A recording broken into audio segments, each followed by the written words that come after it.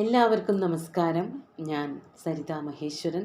ഇന്ന് ശ്രീകൃഷ്ണവിലാസ മഹാകാവ്യത്തിൻ്റെ 4-ാമത്തെ സർഗത്തിലെ 73ഉം 74ഉം ശ്ലോകങ്ങളാണ് നമ്മൾ പഠിക്കാൻ പോകുന്നത്. 73-ാമത്തെ ശ്ലോകത്തിൽ ഉപജാതി വൃത്തവും 74-ാമത്തേതിൽ ഉപേന്ദ്രവജ്ര വൃത്തവുമാണ് കവി ഉപയോഗിച്ചിരിക്കുന്നത്. ഈ ഒരു ശ്ലോകം മുതൽക്ക്, അതായത് 73-ാമത്തെ ശ്ലോകം മുതൽക്കാണ് സന്ധ്യയാവാൻ പോണതിനെ പറ്റിയിട്ടുള്ള വർണ്ണന കാണാൻ സാധിക്കുന്നത്. നമുക്കാദ്യം ശ്ലോകം ചൊല്ലി നോക്കാം. ആവിർഭവൻ മന്ദമരുത്പ്രചാര ശാന്താതപാ നിർവൃത സർവസത്വ വിരാമവേളാ ദിവസസ്യ ശൗരേ പ്രവർത്തതേ പശ്യ മനോഭിരാമ. നല്ല രസകരമായിട്ടുള്ള വാക്കുകളാണ് കേട്ടോ. സുകുമാരകവി ബലരാമനാണ് എന്നുള്ള വ്യാജേന നല്ല ഭംഗിയായിട്ട് വർണ്ണിക്കുന്നുണ്ട്. പദച്ഛേദം നോക്കാം.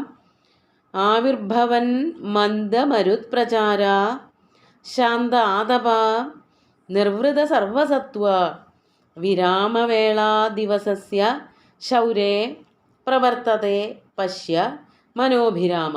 പദച്ഛേദം ചെയ്യാനൊന്നുമില്ല, എല്ലാം ഒറ്റ വാക്കുകളാണ്. ഹേ ശൗരേ. ശൗരേ എന്ന് പറഞ്ഞാൽ ശ്രീകൃഷ്ണനെ സംബോധന ചെയ്യാണ്. ശൗരിയുടെ പുത്രനായിട്ടുള്ള ശൂരകുലത്തിൽ പിറന്നവനെ. അത് ബലരാമനും ശൂരകുലത്തിൽ തന്നെയാണ് പിറന്നത് എങ്കിലും കവി വർണ്ണിക്കുമ്പോൾ അങ്ങനെയൊക്കെ എഴുതാലോ, അതുകൊണ്ട് എഴുതിയെന്ന് മാത്രമേ ഉള്ളൂ. ഹേ ശൗരേ. ബാക്കിയുള്ളതൊക്കെ സന്ധ്യയുടെ വർണ്ണനാണ്. എന്നിട്ട് പറയാണ് പശ്യ, നോക്കൂ, സന്ധ്യയെ നോക്കൂ എന്ന്. എങ്ങനെയുള്ളതാണ് സന്ധ്യ എന്നാണെങ്കിൽ, ആവിർഭവൻ മന്ദമരുത്പ്രചാര. ആവിർഭവൻ എന്ന് പറഞ്ഞാൽ ഉണ്ടായി വരുന്നതായ, മന്ദമരുത്പ്രചാര മന്ദമാരുതൻ്റെ സഞ്ചാരം അതിങ്ങനെ അനുഭവപ്പെടുന്നുണ്ട്. അതായത് ഉച്ചയ്ക്കൊക്കെ ഇങ്ങനെ സ്തബ്ധമായി നിൽക്കുകയാണ്. പകലൊക്കെ ഇങ്ങനെ പ്രത്യേകിച്ച് നല്ല ഉച്ച സമയത്തൊക്കെ ഒരു മരം പോലും അനങ്ങാനില്ല. അങ്ങനെ വൈകുന്നേരം ആകുമ്പോഴേക്കും, സന്ധ്യ ആകുമ്പോഴേക്കും കുറേശ്ശെ കാറ്റൊക്കെ വീശാൻ തുടങ്ങുന്നുണ്ട്. അതാണ് ഇവിടുന്നൊക്കെ ചെറിയ ചില ഇളങ്കാറ്റുകൾ കൊള്ളണത് പോലെ തോന്നുന്നുണ്ടല്ലോ. അതാണ് ആവിർഭവൻ മന്ദമരുത് പ്രചാര. മന്ദമാരുതൻ്റെ പ്രചാരം എന്ന് പറഞ്ഞാൽ സഞ്ചാരം, വീശല് അനുഭവപ്പെടുന്നുണ്ട്. മേലെ പതുക്കെ കുളിർക്കാറ്റ് വന്നടിക്കുന്നുണ്ട്, അതിൻ്റെ ഒരു സുഖം അനുഭവപ്പെടുന്നുണ്ട്. പ്രത്യേകിച്ച് മന്ദമാരുതനാണ്. കൊടുങ്കാറ്റോ വലിയ കാറ്റോ ഒന്നുമല്ല, സുഖകരമായിട്ട് അനുഭവിക്കാവുന്ന, ക്ഷീണമകറ്റുന്ന, തണുപ്പുണ്ടാക്കുന്ന, ചൂടകറ്റുന്ന കാറ്റ്. അതാണ് ആവിർഭവൻ മന്ദമരുത് പ്രചാര. മാത്രമല്ല ശാന്താതപ. ആതപം വെയിലും മങ്ങിയിട്ടുണ്ട്. ശാന്തമായ ആതപത്തോടു കൂടിയതുമാണ് ഈ സന്ധ്യാനേരം. മറ്റൊന്ന് നിർവൃത സർവസത്വ.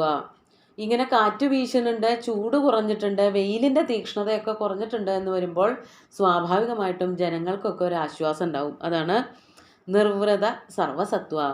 സർവസത്വങ്ങളും, എല്ലാ തരത്തിലുള്ള ജീവികൾ, മനുഷ്യരെന്നൊന്നും പറയേണ്ട കാര്യമില്ല, മൃഗങ്ങളായാലും പക്ഷികളായാലും എല്ലാ തരം ജീവനുള്ളവയ്ക്കൊക്കെ ഈ വെയിലൊന്നാറുമ്പോൾ, പ്രത്യേകിച്ച് വേനൽക്കാലത്തെ വെയിലൊന്നാറുമ്പോൾ സുഖം തന്നെയാണുള്ളത്. അതാണ് നിർവൃത സർവസത്വ. നിർവൃതം അനുഭവിച്ചു കൊണ്ടിരിക്കുന്ന എല്ലാ ജീവികളോട് കൂടിയതും അങ്ങനെയൊക്കെയുള്ളതായ മനോഭിരാമ ദിവസസ്യ വിരാമവേള. മനോഭിരാമ, മനസ്സിന് അല്ലെങ്കിൽ മനസ്സിനെ അഭിരമിപ്പിക്കുന്ന, മനസ്സിന് ഏറ്റവും ആനന്ദം കൊടുക്കുന്നതായ ദിവസസ്യ വിരാമവേള, ദിവസത്തിൻ്റെ അവസാന ഭാഗം, അതായത് സന്ധ്യാസമയം. പകല് തീരുന്നത് അവിടെയാണല്ലോ, സന്ധ്യ വരുന്നതോട് കൂടിയിട്ട് പിന്നെ അത് കഴിഞ്ഞാൽ രാത്രിയായി. അപ്പോൾ സന്ധ്യ എന്ന് പറയുന്നത് പകലിൻ്റെ അവസാനമാണ്. അങ്ങനെയുള്ളതായ ആ വിരാമവേളയെ, പകലിൻ്റെ അവസാനത്തെ, ഹേ ശൗരേ, വിരാമവേള പ്രവർത്തതേ ഹേ ശൗരേ പശ്യ. ആ സന്ധ്യയാണ് ഇപ്പോൾ വന്നണഞ്ഞിരിക്കുന്നത്. നീ നോക്കി നോക്ക്, പശ്യ, കാണൂ അതിൻ്റെ ഭംഗി. എല്ലാവരുടെയും മനസ്സിനൊരു ആശ്വാസം, എല്ലാവർക്കും ആനന്ദം, എല്ലാവരും പുറത്തിറങ്ങുക. അങ്ങനെയാണല്ലോ സന്ധ്യ സമയമാകുമ്പോൾ. ചൂടൊക്കെ വെയിലൊക്കെ ആറുമ്പോഴാണ് എല്ലാവരും വീടിൻ്റെ അകത്തളങ്ങളിൽ നിന്നൊക്കെ ഒന്ന് പുറത്തേക്ക് ഇറങ്ങണത്. കാറ്റ് കുറേശ്ശെ വീശുന്നുണ്ട്, ചൂട് കുറവുണ്ട്, വെയിലില്ല. അങ്ങനെയൊക്കെ സന്ധ്യാസമയം വളരെ ആകർഷകമായിട്ട് അനുഭവപ്പെടുന്നു. കൃഷ്ണ നിനക്കും തോന്നണില്ലേ അതിൻ്റെ ഒരു സൗന്ദര്യം സന്ധ്യയായി എന്നുള്ളത് നിനക്ക് മനസ്സിലായില്ലേ എന്നാണ് കവി ഇവിടെ ചോദിക്കുന്നത്, അല്ലെങ്കിൽ ബലരാമൻ ചോദിക്കുന്നത്. നമുക്ക് അടുത്ത ശ്ലോകം കൂടി നോക്കാം. ഇനി ഓരോരോ തരത്തിലുള്ള ജീവികളും എന്താ ചെയ്യണത് എന്ന് പറയാണ്. 74-ാമത്തെ ശ്ലോകം മുതൽക്ക് തുടങ്ങുകയാണത്. നമുക്ക് ശ്ലോകം നോക്കാം. ശിരോഭിരൂഢേന്ധനശാകമൂല സ്വയൂഥ്യമുച്ചൈസ്വരമാഹ്വയന്ത വനേചരാവീക്ഷ്യ വിരാമമന്ന സമാരഭന്തേ സഹസൈവ ഗന്ധും. ആദ്യം പദച്ഛേദം നോക്കാം. ശിരോഭി ഊഢേന്ധനശാകമൂല സ്വയൂഥ്യം ഉച്ചൈസ്വരം ആഹ്വയന്ത വനേചരാ വീക്ഷ്യ വിരാമം അന്ന സമാരഭന്തേ സഹസാ ഏവ ഗന്ധും. ശ്രീകൃഷ്ണ നോക്കൂ, ഇവിടെ സന്ധ്യ വന്നു തുടങ്ങി എന്ന് പറഞ്ഞിട്ട് ആദ്യമായിട്ട് വനേചരന്മാരെ പറ്റിയിട്ട് വർണ്ണിക്കുകയാണ്. കുറച്ച് ദിവസം മുമ്പേ ഉള്ളൊരു ശ്ലോകത്തിൽ, കുറച്ച് ശ്ലോകങ്ങളിൽ പുളിന്തികളെ പറ്റിയിട്ട്, കിരാതികളെ പറ്റിയിട്ട് വർണ്ണിച്ചിരുന്നു. അവർ ശ്രീകൃഷ്ണൻ്റെ സൗന്ദര്യം കണ്ട് വന്നിട്ട് അവരുടെ രാജാവിൻ്റെ അടുത്തേക്ക്, അവരുടെ ഗൃഹങ്ങളിലേക്കൊക്കെ ശ്രീകൃഷ്ണനെ ക്ഷണിക്കുകയുണ്ടായി. അപ്പോൾ ആ കിരാത സ്ത്രീകൾ അല്ലെങ്കിൽ കിരാതന്മാർ തന്നെ ആവും കാട്ടിലൊക്കെ കാണാനുണ്ട് സന്ധ്യയായപ്പോൾ. അവരെന്താ ചെയ്യണത് എന്നുള്ളതാണ് ഈ ഒരു ശ്ലോകം കൊണ്ട് പറയണത്. വനേചരന്മാർ എങ്ങനെയൊക്കെയുള്ളത്, അവരുടെ രൂപം അല്ലെങ്കിൽ അവരുടെ നടപ്പൊക്കെ എങ്ങനെയായിരുന്നു. ശിരോഭി ഊഢേന്ധനശാകമൂല. ശിരോഭി എന്ന് പറഞ്ഞാൽ തലയിൽ, അങ്ങനെ മലയാളത്തിൽ അങ്ങനെ പറയുമ്പോൾ ശരിയാവുക. തല കൊണ്ട് ചുമക്കുക എന്ന് പറയാറില്ല നമ്മൾ. മലയാളത്തിൽ പറയുമ്പോൾ തലയിൽ വെച്ചുകൊണ്ട് പോവുക. എന്താണ് അവർ തലയിൽ വെച്ചുകൊണ്ട് പോണത്? ഊഢം വഹിക്കുന്നു. എന്താണ് വഹിക്കുന്നത്? ഇന്ധനവും ശാകമൂലങ്ങളും. ഇന്ധനം വിറക്, അതുപോലെ തന്നെ ശാകം പച്ചക്കറികൾ, മൂലങ്ങൾ എന്തിൻ്റെയെങ്കിലുമൊക്കെ കിഴങ്ങുകൾ. അപ്പോൾ ഈ വനേചരന്മാർ കഴിക്കാനുള്ള സാധനങ്ങൾ കാട്ടിൽ നിന്ന് അതൊക്കെ സംഭരിക്കാൻ വേണ്ടി പോയവരാണ്. അത് കിട്ടി, കുറേയൊക്കെ കിട്ടിയിട്ടുണ്ടാവും. സന്ധ്യാവാറായി. ഇനി അവിടെ ഇവിടെ കലഞ്ഞു തിരിഞ്ഞാൽ പേടിയാവണ കാര്യങ്ങൾ കാട്ടിലുണ്ടാവുമല്ലോ. മൃഗങ്ങളുണ്ടാവും, കാണാൻ പറ്റാത്ത പല ശക്തികളുണ്ട്. അങ്ങനെയൊക്കെയാണ് അന്നത്തെ വിശ്വാസങ്ങൾ. അപ്പോൾ അതുകൊണ്ട് അവരവരുടെ വീടുകളിലേക്ക് പെട്ടെന്ന് പോവാമെന്ന് കരുതിയിട്ട് കിരാതന്മാർ അഥവാ കാട്ടാളന്മാർ, വനേചരന്മാർ വേഗം വേഗം വീട്ടിലേക്ക് പോവുകയാണ്. അപ്പോൾ അവരുടെ തലയിൽ എന്താ ഉള്ളത്? ഇന്ധനം, വിറക് ഒരു കെട്ടായിട്ട് കയറ്റി വച്ചിട്ടുണ്ട്. അതിൻ്റെ മുകളിൽ പച്ചക്കറികളും കിഴങ്ങ് വർഗ്ഗങ്ങളും ഒക്കെ ഉണ്ട്. വല്ല ഇലകളോ അല്ലെങ്കിൽ ഭക്ഷണം വെച്ച് കഴിക്കാവുന്ന കറികളൊക്കെ വെച്ച് കഴിക്കാവുന്ന ഇലകളോ അല്ലെങ്കിൽ തണ്ടുകളോ ചീര പോലെയുള്ളതൊക്കെ പലതും, എന്തൊക്കെയാണ് കാട്ടിൽ നിന്ന് കിട്ടണേ, എന്തൊക്കെ ഭക്ഷ്യയോഗ്യമായിട്ടുള്ളതുണ്ട് അതൊക്കെ മുറിച്ചു കൊണ്ട് പോകുന്നുണ്ട്. ഒപ്പം തന്നെ കാട്ടുകിഴങ്ങുകൾ അതൊക്കെ പറിച്ചെടുത്ത് പോകുന്നുണ്ട്. ഇതൊക്കെ ഇവർ കെട്ടാക്കിയിട്ട് വിറകിൻ്റെ മുകളിൽ വെച്ചിട്ടുണ്ട്. അപ്പോൾ വിറകും ഈ പറഞ്ഞതായിട്ടുള്ള ശാക, അതായത് പച്ചക്കറികൾ, കിഴങ്ങ് വർഗ്ഗങ്ങളൊക്കെ തലയിൽ ചുമടായിട്ട് വച്ചിട്ടുള്ളവരും. ഇനി അവരെന്താ ചെയ്യുന്നത്? സ്വയൂഥ്യം ഉച്ചൈസ്വരം ആഹ്വയന്ത. അവരവരുടെ കൂട്ടങ്ങളെ ഉറക്കെ വിളിച്ചുകൊണ്ട് പോകുന്നവർ. അതായത് ഒറ്റയ്ക്കൊറ്റയ്ക്കൊന്നും ആവില്ല ഒരു വനേചരനും അല്ലെങ്കിൽ വനേചര സ്ത്രീ ആയാലും കാട്ടിലേക്ക് ഇതൊക്കെ ശേഖരിക്കാൻ പോണത്. അവരൊരു 5-10 പേരുണ്ടാവും. അവരെല്ലാവരും കൂടിയിട്ട് പല പല സ്ഥലങ്ങളിൽ നിന്ന്, അടുത്തടുത്തുള്ള പ്രദേശങ്ങളിൽ നിന്ന് ഈ പറഞ്ഞ വിറകൊക്കെ വാരിക്കൂട്ടി കെട്ടി വെച്ചിട്ടുണ്ടാവും. പച്ചക്കറികളും കിഴങ്ങുകളൊക്കെ വാരിക്കൂട്ടി വെച്ചിട്ട് കെട്ടിവെച്ച് തലയിൽ ഏറ്റി വെച്ചിട്ടുണ്ടാവും. അപ്പോൾ അവരവരുടെ കൂട്ടങ്ങൾ എവിടെയാണെന്ന് അന്വേഷിച്ചു കൊണ്ടിരിക്കുന്നുണ്ടാവും. അപ്പോൾ അവരെന്ത് ചെയ്യും? തൻ്റെ കൂട്ടത്തെ തിരിച്ചറിയാൻ വേണ്ടിയിട്ട് ഓരോരുത്തർക്കും ഓരോ കൂട്ടത്തിലുള്ള ആൾക്കാർക്കും പലതരത്തിലുള്ള ശബ്ദങ്ങളുണ്ടാവും. അപ്പോൾ ഇവിടെ അവരെന്താ ചെയ്യണതെന്നാണ് കവി വർണ്ണിക്കണത്. ഉച്ചൈസ്വരം ആഹ്വയന്ത സ്വയൂഥ്യം. അവരവരുടെ കൂട്ടങ്ങളെ പേരെടുത്ത് വിളിക്കുകയെ അല്ലെങ്കിൽ ഒരു കൂവലോ അങ്ങനെയൊക്കെ കൊടുത്തുകൊണ്ട് ഞങ്ങളിവിടെ ഉണ്ട്, ഞാനിവിടെ ഉണ്ട് എന്നൊക്കെ അറിയിപ്പ് കൊടുക്കുന്ന അങ്ങനെയുള്ള വനേചരന്മാർ. അതാണ് സ്വയൂഥ്യം. അവരവരുടെ കൂട്ടങ്ങളെ ഉച്ചൈസ്വരം ഉറക്കെ നല്ല ശബ്ദമെടുത്തുകൊണ്ട് വിളിക്കുന്നവരുമായിട്ടുള്ള വനേചരന്മാർ. അന്ന വിരാമം വീക്ഷ്യ. പകലിൻ്റെ അവസാനം, അതായത് പകൽ അവസാനിക്കാറായി, സന്ധ്യ ആവാറായി എന്ന് കണ്ടിട്ട്, വീക്ഷ്യ മനസ്സിലാക്കിയിട്ട്, സഹസായേവ ഗന്ധും സമാരഭന്തേ. വേഗം തന്നെ തിരിച്ചു പോവാൻ ആരംഭിക്കുന്നു.